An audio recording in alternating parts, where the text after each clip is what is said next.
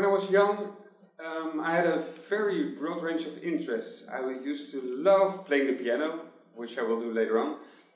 But also I liked to think about everything in the world. With a couple of friends, I used to solve every problem. Like, for example, does a God exist, or where did we come from, everything. We knew everything at the age of 16, which was great. And of course was not true, but at that age we believed it sincerely. Also, I loved investigating in all kinds of science. For example, Einstein, who told us, of course, about relativity. And he also told us something else. He said the speed of light is the absolute maximum speed. There's no way anything can go faster than the speed of light. Well, this is not great news, of course, I know. But that means, suppose that this would be time and this would be space. Just make a simple graph here in the sky. That would mean if you would stand still, you would be on the same place and you would go like this because time goes forward and space doesn't change. But if you would go a little bit to the right, you would go like this. And if you would go a little bit faster, it would go like that, and faster until you reach the speed of light. And the same goes, of course, if you go the other way. So in fact, there are boundaries in the universe which limit our futures. And there's nothing we can do about it. It's just the laws of physics, it's just the way it is. And that got me thinking. Could it be true that it's not just the speed of light that limits us or our possible futures? Maybe there are other things that limit the things that we can do. But that was a bit of a difficult question to answer at the age of 16. So, anyway, I used to love to play the piano, I already told you, but also I loved science, and when I graduated high school, I figured, well, you can go to a conservatory to study the piano and maybe become one of the few concert pianists who can really make money, or you can go to a university and study something more, something with a better chance to get work later on. So I did, and I studied information sciences in the Technical University of Delft. Thank you. And well, anyway, and I love to study, and but of course I couldn't let go of the music, because music is something, it's your passion, it's intrinsic inside of you. And I had a friend of mine who used to play the guitar, and we would play music all the time. We would sing, and I will not sing for you because I know that's not my best my best skill. But anyway, we did it every day, and turns out his father had a software company. Who knew? And he offered me a job, and I figured, well, that's a funny coincidence. Great, and it was a great job because all I had to do while I was studying was write manuals for the software they made, and I could do it in my own time, at home if I wanted. It didn't matter. I would just have to write down how many hours it took, and I would get paid. It was great, and so I did. And after a while, we started talking about all kinds of things, about philosophy and all kinds of. And he said to me, well, you know, you're studying to learn programming also. It's part of the education program in Delft. So why don't you start programming for me as well? And you know what? Let's give you some more money. Well, that's great. So I was gaining more money. Everything was great, and I'm still making the music, of course. And then all of a sudden, there was another opportunity. I was going to join a band, and that was great too, because up until that time, I played the piano, of course, and I used to sing very poorly, and I played with my friend who played the guitar. But a real live band, well, that was going to be another adventure. And lucky for me, all the other band members, they knew that we were going to rule the world, we were going to conquer the world, we were going to make one demo, and then everywhere we would play. That's great. So we made the demo, and then with all the songs written by ourselves, so that makes it a little bit more difficult to sell, as we know now, but at that age we knew we were going to conquer the world, so we gave the demos away to everybody, and we're just waiting, well, let them call us, and let's go. But that, of course, did not happen.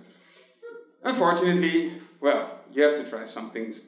And but the funny thing was that our lead vocalist, he went to do audition for a musical group in Zoetermeer, which is a place near The Hague. And I had never heard of musical productions.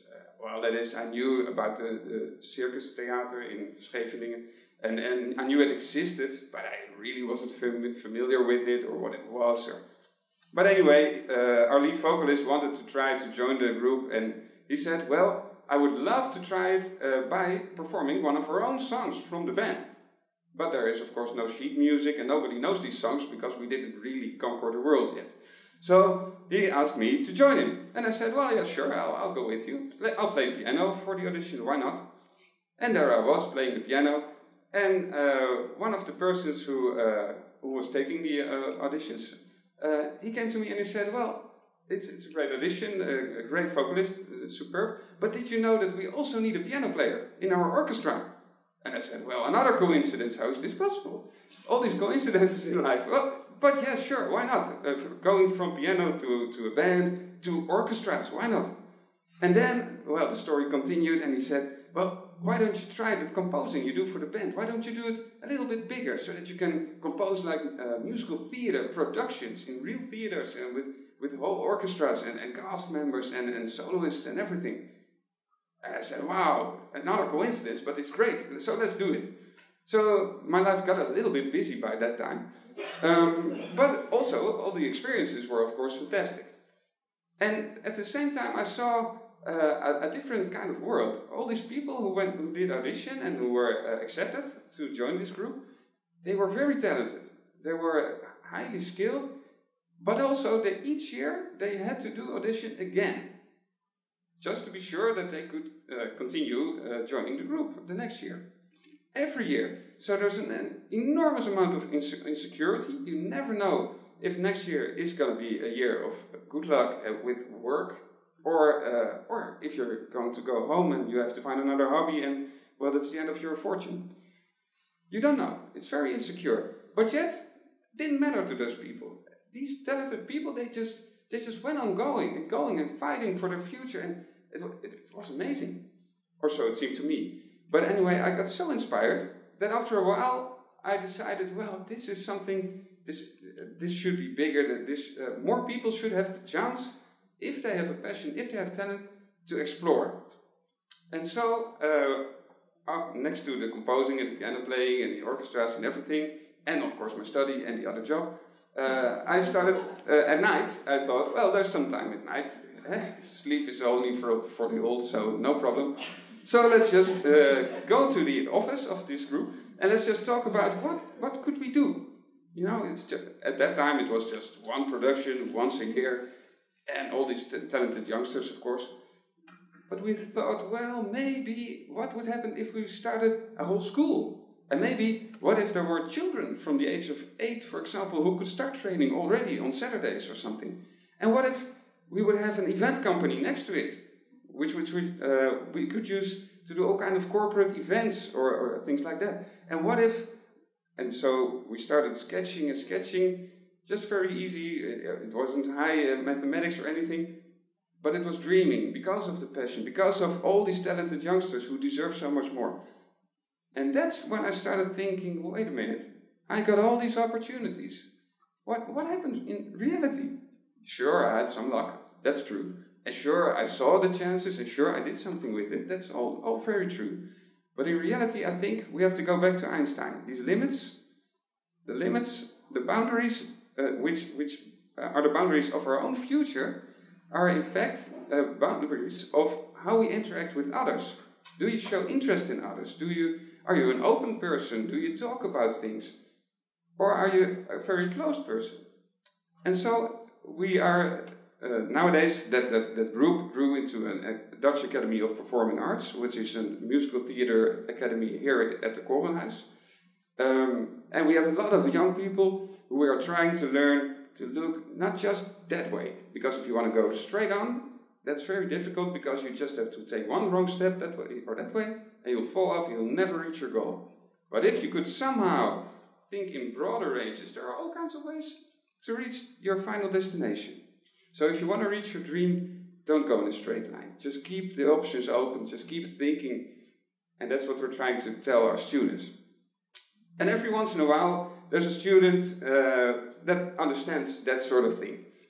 And, well, one of them is Elise. And Elise, she graduated about a year ago at the Dutch Academy of Performing Arts, our school.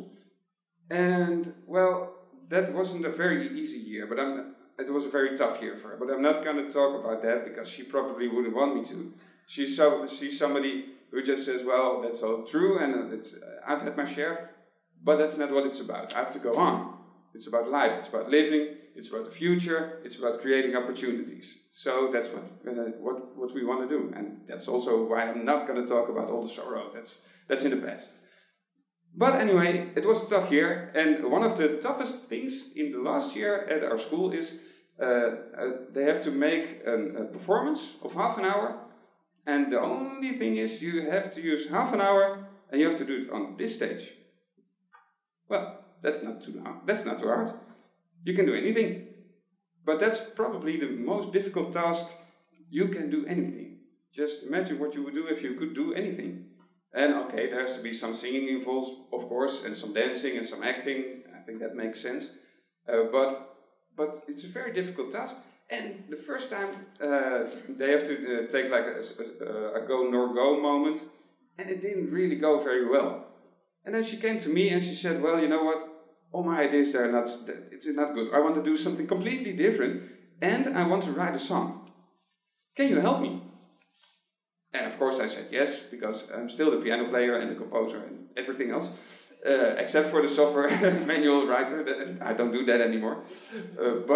Anyway, so I said, well, yeah, sure, let's write a song. And she wrote a song, and at the end she graduated, so you can, you know the outcome of the exam.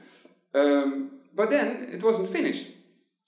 When she graduated, she said to me, well, we wrote that song and it was a great song. Why should we leave it with just one song? Is there no way that we could explore possibilities? Could we do more? What could we do? How could we create new chances for us with own music? Well, that's difficult, but okay, let's try it. So we wrote about, I think now, an hour of music together in the last year. Did already performances in other theaters, but also on festivals. And, well, again, it's about keeping these options open, and this is also why I thought it was great to share it with you, because probably some of you may hear it and think, well, yeah, why? If you do that kind of music, well, let's talk about it. But I've got some ideas for you. Who knows? And on the other hand, maybe you'll just enjoy it, and that's fine too, of course. Anyway, I would say let the music speak for itself. And thank you for your attention, and have a nice evening.